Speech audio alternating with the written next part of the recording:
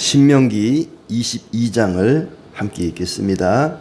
내 형제 소나 양이 길 잃은 것을 보거든 못 본 채 하지 말고 너는 반드시 그것들을 끌어다가 내 형제에게 돌릴 것이요 내 형제가 내게서 멀거나 또는 내가 그를 알지 못하거든 그 짐승을 내 집으로 끌고 가서 내 형제가 찾기까지 내게 두었다가 그에게 돌려줄지니 나귀라도 그리하고 의복이라도 그리하고 형제가 잃어버린 어떤 것이든지 내가 얻거든 다 그리하고 못 본 채 하지 말 것이며 내 형제의 나귀나 소가 길에 넘어진 것을 보거든 못 본 채 하지 말고 너는 반드시 형제를 도와 그것들을 일으킬지니라. 여자는 남자의 의복을 입지 말 것이요 남자는 여자의 의복을 입지 말 것이라. 이같이 하는 자는 내 하나님 여호와께 가증한 자이니라. 길을 가다가 나무에나 땅에 있는 새의 보금자리에 새 새끼나 알이 있고 어미새가 그의 새끼나 알을 품은 것을 보거든 그 어미새와 새끼를 아울러 취하지 말고 어미는 반드시 놓아줄 것이요 새끼는 취하여도 되나니 그리하면 네가 복을 누리고 장수하리라. 네가 새 집을 지을 때에 지붕에 난간을 만들어 사람이 떨어지지 않게 하라. 그 피가 내 집에 돌아갈까 하노라. 내 포도원에 두 종자를 섞어 뿌리지 말라. 그리하면 네가 뿌린 씨의 열매와 포도원의 소산을 다 빼앗길까 하노라. 너는 소와 나귀를 결의하여 갈지 말며 양털과 배실로 섞어 짠 것을 입지 말지니라. 너희는 너희가 입는 겉옷에 내 귀에 술을 만들지니라. 누구든지 아내를 맞이하여 그에게 들어간 후에 그를 미워하여 비방거리를 만들어 그에게 누명을 씌워 이르되 내가 이 여자를 맞이하였더니 그와 동침할 때에 그가 처녀임을 보지 못하였노라 하면 그 처녀의 부모가 그 처녀의 처녀인 표를 얻어가지고 그 성문 장로들에게로 가서 처녀의 아버지가 장로들에게 말하기를 내 딸을 이 사람에게 아내로 주었더니 그가 미워하여 비방거리를 만들어 말하기를 내가 네 딸에게서 처녀임을 보지 못하였노라 하나 보라 내 딸의 처녀의 표적이 이것이라 하고 그 부모가 그 자리옷을 그 성읍 장로들 앞에 펼 것이요 그 성읍 장로들은 그 사람을 잡아 때리고 이스라엘 처녀에게 누명을 씌므로 말미암아 그에게서 은 100세겔을 벌금으로 받아 여자의 아버지에게 주고 그 여자는 그 남자가 평생에 버릴 수 없는 아내가 되게 하려니와 그 일이 참되어 그 처녀에게 처녀의 표적이 없거든 그 처녀를 그의 아버지 집 문에서 끌어내고 그 성읍 사람들이 그를 돌로 쳐 죽일지니 이는 그가 그의 아버지 집에서 장개 행동을 하여 이스라엘 중에서 악을 행하였음이라. 너는 이와 같이 하여 너희 가운데에서 악을 제할지니라. 어떤 남자가 유부녀와 동침한 것이 드러나거든 그 동침한 남자와 그 여자를 둘 다 죽여 이스라엘 중에 악을 제할지니라. 처녀인 여자가 남자와 약혼한 후에 어떤 남자가 그를 성읍 중에서 만나 동침하면 너희는 그들을 둘 다 성읍 문으로 끌어내고 그들을 돌로 쳐 죽일 것이니 그 처녀는 성 안에 있으면서 또 소리 지르지 아니하였으며 그 남자는 그 이웃의 아내를 욕보였음이라. 너는 이같이 하여 너희 가운데서 악을 제할지니라. 만일 남자가 어떤 약혼한 처녀들을 들에서 만나서 강간하였으면 그 강간한 남자만 죽일 것이요 처녀에게는 아무것도 행하지 말 것은 처녀에게는 죽일 죄가 없음이라. 이 일은 사람이 일어나 그 이웃을 쳐 죽인 것과 같은 것이라. 남자가 처녀를 들에서 만난 까닭에 그 약혼한 처녀가 소리질러도 구원할 자가 없었음이니라. 만일 남자가 약혼하지 아니한 처녀를 만나 그를 붙들고 동침하는 중에 그 두 사람이 발견되면 그 동침한 남자는 그 처녀의 아버지에게 은 50세겔을 주고 그 처녀를 아내로 삼을 것이라. 그가 그 처녀를 욕보였은즉 평생에 그를 버리지 못하리라. 사람이 그의 아버지의 아내를 취하여 아버지의 하체를 드러내지 말지니라. 아멘. 오늘도 주님의 은혜가 가득하기를 진심으로 축복합니다. 성경은 우리에게 하나님을 경외하라, 또 사람을 사랑하고 존중히 여기라 이렇게 말씀합니다. 성경 전체를 요약하면 우리가 해야 할 일이 그 일이죠. 그러니까 성경은 하나님이 어떤 분인가를 알려주는 책이고 우리가 어떻게 살아야 될 것인가를 알려주는 책입니다. 그럴 때 우리가 어떻게 살아야 될 것인가라고 하는 이 질문에 대해서 바로 하나님을 경외하고 이웃을 사랑하는, 이웃을, 사람을 존중히 여기는 삶, 그것이 우리가 어떻게 살아야 되는가에 대한 성경적인 해답이라고 할 수 있습니다. 물론 그 말에 대한 구체적인 방법이나 예는 다양하고 여러 가지겠지만은 우선 그렇다는 얘기고, 오늘은 그 가운데 몇 가지, 사람을 사랑하고 존중히 여기는 것, 사람뿐만 아니라 생명을 존중히 여기는 것을 어떻게 해야 될 것인가에 대해서 우리가 생각할 수 있는 그런 말씀입니다. 하나님은 이스라엘이라고 하는 나라가 사랑의 공동체, 그리고 거룩하고 정결한 공동체가 되기를 원했습니다. 신앙적으로도 그렇고 도덕적으로도 그렇고 이스라엘이라고 하는 그 사회가 거룩하고 정결하고 그리고 또 사랑이 넘치는 그런 나라, 그런 세상이 되기를 원하셨습니다. 그래서 이웃의 잃어버린 소유에 대해서 어떻게 할 것인가. 사람이 살다 보면은 뜻하지 않게 뭔가를 잃어버릴 수가 있죠. 돈을 잃어버릴 수도 있고 물건을 잃어버릴 수도 있고 또 가축이나 여러 가지 요즘은 핸드폰을 잃어버릴 수도 있고 옷을 잃어버릴 수도 있고 여러 가지 잃어버릴 수가 있는데, 여기서는 길 잃어버린 소와 양을 보고도 못 본 채 하지 말고 주인에게 돌려주라. 이렇게 동네가 사람이 도시처럼 많이 살지 않으면은 소나 나귀나 이렇게 누구네 것인지 딱 보면 알거든요. 저건 누구네 소다, 누구네 염소다 이렇게 알 수 있기 때문에 길거리를 배회하는 소나 양을 보거든 주인에게로 돌려주라, 데려다 줘라 하는 얘기입니다. 주인이 너무 멀리 있거나 누가 주인인지를 모른다면 일단 자기 집으로 데려다가 이렇게 보호하고 있다가 주인이 나타나면 그때 돌려줘라.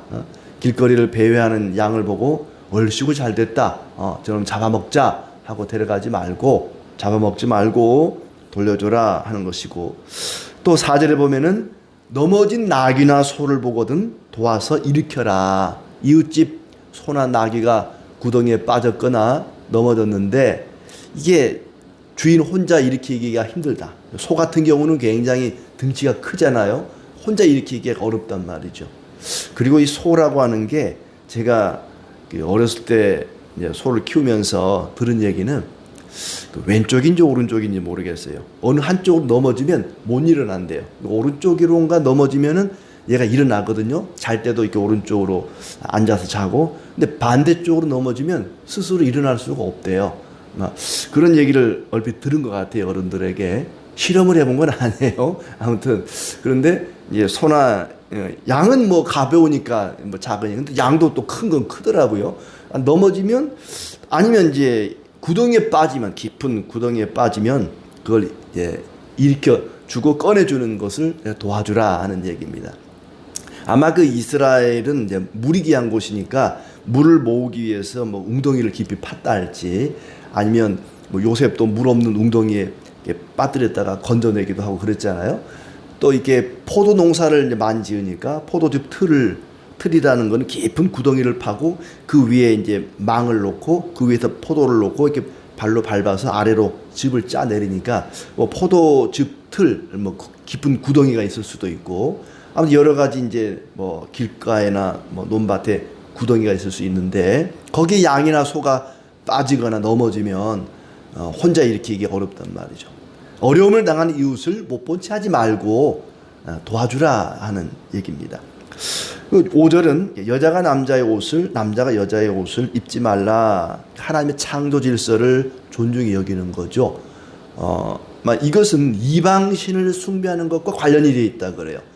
당시에 그 비너스를 숭배하는 의식이, 여자는 남자의 갑옷을 입고 또 남자가 여자의 옷을 입고 비너스를 섬기는 그런 의식이 있었다고 합니다. 아무튼 하나님이 창조하신 질서를 어그러뜨리지 말라 하는 의미가 있고, 또 6절에 보면 길을 가다가 알을 품고 있는 새를 보거든 어미 새는 놓아주고 날려보내고 그 새끼는 알이 되겠죠. 그것은 취해도 된다. 둘 다 취하지 마라. 새나 새끼를 함께 가져오지 말고 길가에 있는 작은 새끼라도 새라도 그것을 함부로 대하지 말고 생명을 귀하게 여기라는 얘기겠죠. 그러면 네가 복을 누리고 장수하리라. 별거 아닌데 새를 놓아주고 새끼만 가져오는 것이 별거 아니잖아요. 근데 엄청난 축복이 약속이 돼 있어요. 네가 복을 누리고 장수하리라.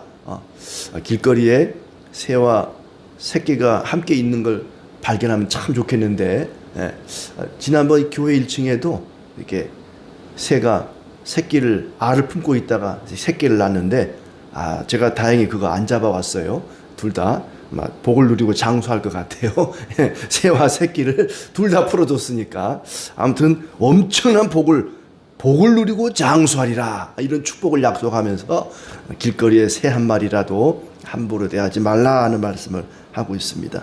또 8절에 보니까 집을 지을 때 옥상에 난간을 만들어서 혹시 누가 떨어지지 않도록, 옥상에 올라갔다가 떨어지지 않도록 난간을 만들어라. 사소한 거잖아요.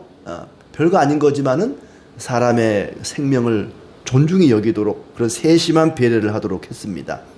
9절에 보니까 포도원에 두 종자를 섞어 뿌리지 말라. 두 종자를 섞어 뿌리지 말라.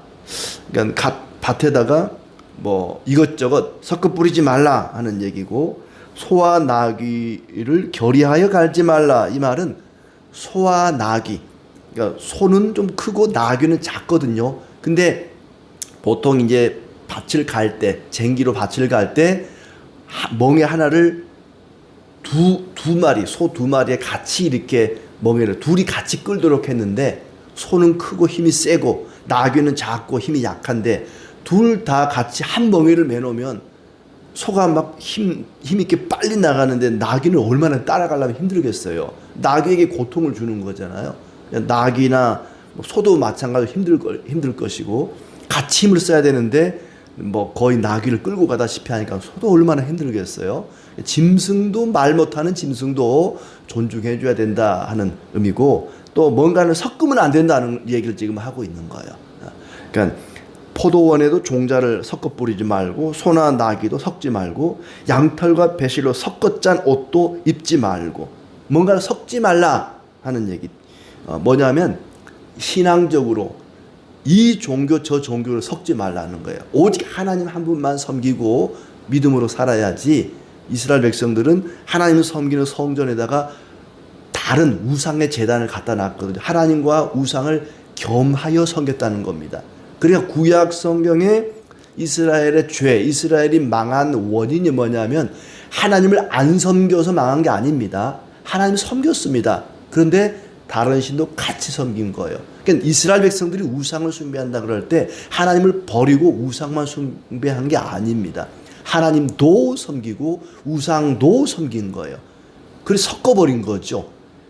하나님을 섞어버린 겁니다. 하나님은 그래서 섞어버리는 걸 되게 싫어합니다. 각각 따로따로 특징과 어떤 개성이 있고 나름대로의 어떤 의미가 다 있는데, 소는 소 나름대로의 어떤 살아가는 영역이 있고 먹는 게 있고 나귀는 나귀대로 이게 다 다르잖아요. 다르게 지었는데 그걸 섞어버리는 거.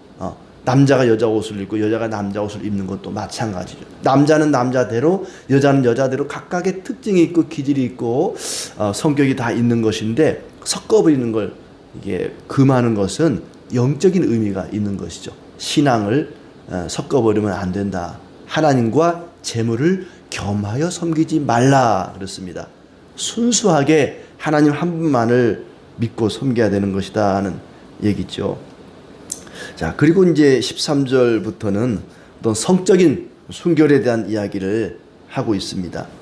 아내를 맞이하여 처녀가 아니라고 비방하면, 그러니까 아내를 맞이했는데 첫날 밤을 치른 후에 처녀가 아니라고 우기는 거죠. 왜냐하면 마음에 안 들거든요. 마음에 안 드니까 이 여자를 그냥 쫓아내고 싶은데, 또 아니면 다른 여자가 마음에 들어서 이 여자를 그냥 버리고 싶은데 핑계가 없으니까 이 여자는 처녀가 아니었다 라고 우길 경우에 그 부모가 장로들에게 내 딸은 처녀가 맞다라는 증표를 보여줌으로써 이 장로들은 이 남자에게 벌금을 내게 하고 평생 이 여자를 버릴 수 없도록 하라. 그러나 이 여자에게 처녀인 표적이 없으면 돌로 쳐 죽이라 그렇습니다. 그리고 그 뒤에도 유부녀와 유부남이 동침을 하면 둘 다 죽이라.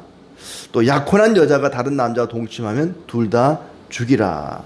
또 약혼한 처녀를 강간한 남자는 죽이라. 처녀에게는 죽일 만한 죄가 없으니까 그 처녀에게는 내버려 둬라. 그리고 약혼하지 아니한 처녀와 동침한 남자는 은 50세겔을 그 부모에게 주고 그 여자를 아내로 맞이하고 평생을 버리지 말라. 그리고 아버지의 아내를 취하지 말라. 이 아버지 아내는 이제 자기의 어떤 생물학적인 어머니가 아니라 아버지의 첩이 되겠죠. 아버지의 첩을 취하지 말라, 동침하지 말라 하는 그런 얘기인데, 이 여기 나오는 이런 규정들은 오늘날 이걸 그대로 적용하기는 어려울 것입니다. 아마 그때 당시 어떤 이스라엘 백성으로서 시민법이죠. 그들은 지켜야만 했던 법이지만 오늘 우리는 우리의 상황에서는 이제 그 정신, 어떤 그리스도인으로서의 거룩함, 또 성적인 순결함, 그런 것을 하나님이 요구한다고 할 수 있겠습니다. 자, 아까 우리가 섞어 뿌리지 말라, 또 옷도 양털과 또 섞지 말라, 뭔가 섞지 말라고 하는 것, 혼합주의를 금지하고 있는 것입니다. 그 동물을 가지고 과학자들이 실험을 하는 것인지 보면은 지금은 모르겠어요. 그게 있는지. 호랑이하고 사자하고 서로 교배를 시켜서 라이건가? 그걸 또 이렇게 만들어내더라고요. 그런 거 하지 말라는 거예요. 하나님이 사자는 사자대로 호랑이는 호랑이대로 만들어놨는데 그걸 섞어가지고 이상한 동물을 만들어내고 말하고 그 말과 당나귀를 교배시켜가지고 노새라는 게 태어났죠. 노새. 노새 젊어서 노새가 아니고 노새라는 동물이 있잖아요. 노새가 뭔가 했더니 말과 당나귀 사이에서 태어난 거예요. 이게 하나님이 별로 기뻐하지 않는 겁니다. 섞어버리는 거죠. 말은 말대로, 당나귀는 당나귀대로 특징이 있고 또 할 일이 있는 건데 그 둘을 섞어버리는 거. 뭔가를 섞어버리는 것을 하나님이 금하시는 것은 우리가 신앙적으로 하나님과 다른 우상, 또 하나님과 다른 것을 겸하여 섬기는 것을 금한다고 할 수 있겠습니다. 그리고 이제 길을 잃어버린 소나 양을 주인에게 돌려주라 그랬잖아요. 말 못하는 소나 양도 길을 잃고 방황하는 것을 보면은 주인에게 돌려줘야 된다면 하나님을 떠나서 방황하는 영혼을 다시금 하나님께로 돌아오도록 하는 것은 우리가 마땅히 해야 할 일입니다. 짐승도 길을 잃고 방황하면 주인에게 돌아가야 한다면 하나님을 떠나서 방황하는 영혼들이 하나님께로 돌아가야 되는 것이 너무나 마땅한 일인데, 그러기 위해서 우리가 복음을 전하는 것이죠. 길 잃은 소나 양을 주인에게로 돌려보내준다는 마음으로 길을 잃고 방황하는 영혼들을 하나님께로 돌려보내는 일에 우리가 힘을 써야 되겠습니다. 또 길 가다가 새가 알을 품고 있을 때에 두 마리 다 가져오면 안 된다. 어미새는 날려주고 새끼는 취해도 된다. 알은 취해도 된다라고 말씀을 하셨습니다. 예수님께서도 참새 한 마리도 귀하게 여기신다고 그러지 않았습니까? 길가에 앉아있는 새 한 마리도, 그리고 아까 소와 나귀를 결의하여 갈지 말라 하는 것처럼 소나 나귀나 말 못하는 짐승도 존중히 여기라는 얘기입니다. 그렇게 새 한 마리도 귀하게 여기시고 나귀 한 마리도 귀하게 여기시는 하나님께서 하물며 우리를 귀하게 여기지 않겠습니까? 하나님의 백성들을 얼마나 귀하게 여기시는지. 들의 백합화를 보라, 공중에 나는 새를 보라. 그것들도 하나님이 입히시고 먹이시는데 하물며 너희일까 보냐. 하나님이 얼마나 우리를 사랑하시는지. 우리가 공중 나는 새보다 들의 백합화보다 얼마나 더 존귀한 자들입니까? 그러므로 하나님은 생명 있는 모든 것을 존귀하게 여겨라, 귀하게 여겨라. 사람은 물론이고 새 한 마리, 짐승 한 마리도 귀하게 여기라는 것이 하나님의 뜻입니다. 또 12절에 보니까 옷술에, 옷 끝에, 그때는 뭐 이렇게 지금처럼 바지를 입는 게 아니라 통으로 된 치마 같은 것을 남자들도 다 입고 다녔을 때니까 그 끝자락에 가장자리에 어떤 방울 같은 것을 쭉 다르라는 거죠. 그것이 이제 어떤 의미가 있을지 그 의미에 대해서는 잘 알 수가 없습니다. 아무래도 너희가 하나님 백성이라는 어떤 표식을 하고 다니라는 거죠. 멀리서 보더라도 저 사람은 이스라엘 사람이야. 옷 끝에 저렇게 술이 달려있네. 저 사람은 하나님 백성이네. 멀리서도 누가 보더라도 알아볼 수 있단 말이죠. 이 사람은 하나님 백성이다. 우리에게 그런 증표가 있는가? 겉모습을 얘기하는 게 아니죠. 겉모습을 우리가 나는 그리스도인이야 하면서 뭐 여기다가 십자가 그리고 뭐 이마에 십자가 그리고 다니라는 게 아니라 내가 하는 말 한마디, 행동 하나를 보고도 사람들이 쟤는 예수 믿는 사람 같아. 저는 교회 다니는 사람 같아. 저는 그리스도인인가 봐.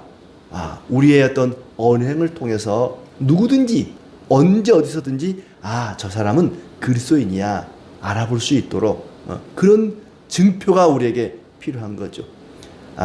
우리가 이 앞에서 살펴봤습니다마는 선지자의 말이 진실인가 거짓인가는 그 사람의 삶을 보면 알 수 있다 그렇습니다. 증험이 없으면, 삶을 통해 그 말씀이 실천되지 않으면 거짓말이라 그렇습니다. 그러니까 우리의 어떤 언행이 그리스도인으로서 합당한 빛과 소금의 역할을 감당할 때에 사람들이 딱 보고 저 사람은 크리스찬이구나 이걸 알아볼 수 있을 만큼, 마치 이스라엘 백성들의 옷 끝에 이래 술을 달게 한 것처럼 우리의 삶에도, 우리의 성품에도 그런 모습이 나타나기를 바랍니다.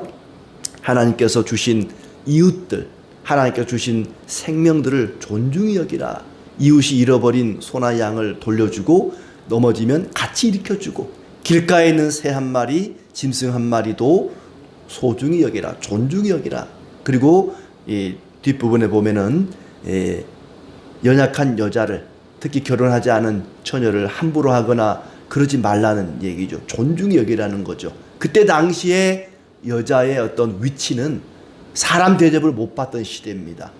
거의 사람과 짐승의 중간쯤 되는, 여자는 함부로 해도 된다는 그런 인식이 강하던 시대죠. 그러니까 함부로 성폭행을 하고 이런 일들이 있어서 그러지 말라는 말씀이 기록되지 않았겠습니까?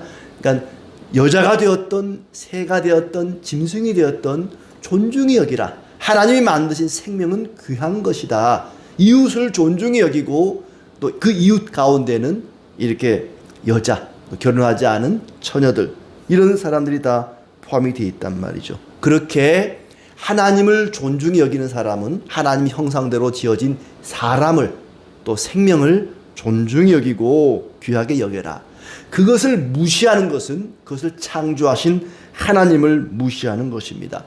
지붕 위에 난간을 달아라. 이것도 사소한 것이지만 이웃의 생명을 존중히 여기는 것이죠.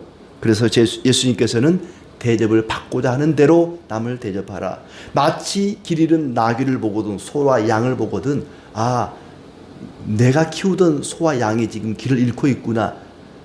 내가 대접받고 싶은 대로 남을 대접하는 겁니다. 그러면 되는 거죠. 예수님께서 말씀하시기를 마태복음 7장 11절 12절에 이렇게 말씀하십니다. 너희가 악한 자로 좋은 것으로 자식에게 줄 알거든 하물며 하늘에 계신 너희 아버지께서 구하는 자에게 좋은 것으로 주시지 않겠느냐. 그러므로 무엇이든지 남에게 대접을 받고자 하는 받고자 하는 대로 너희도 남을 대접하라. 이것이 율법이요 선지자니라.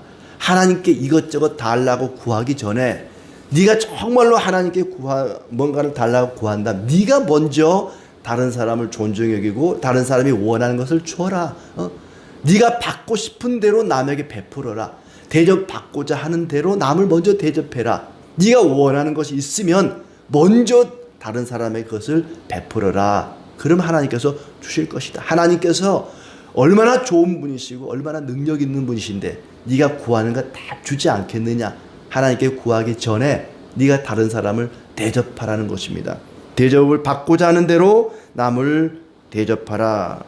사람은 누구든지 존중받기를 원합니다. 내가 존중받기 원한다면 남을 먼저 존중해야 됩니다.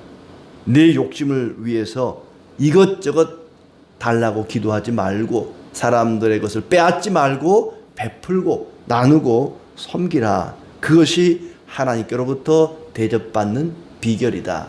내가 받고자 하는 대로 나눠주고 대접을 받기를 원한다면 먼저 대접할 수 있는 그런 주님의 성품을 품고 살아가는 우리의 삶이 되기를 바랍니다.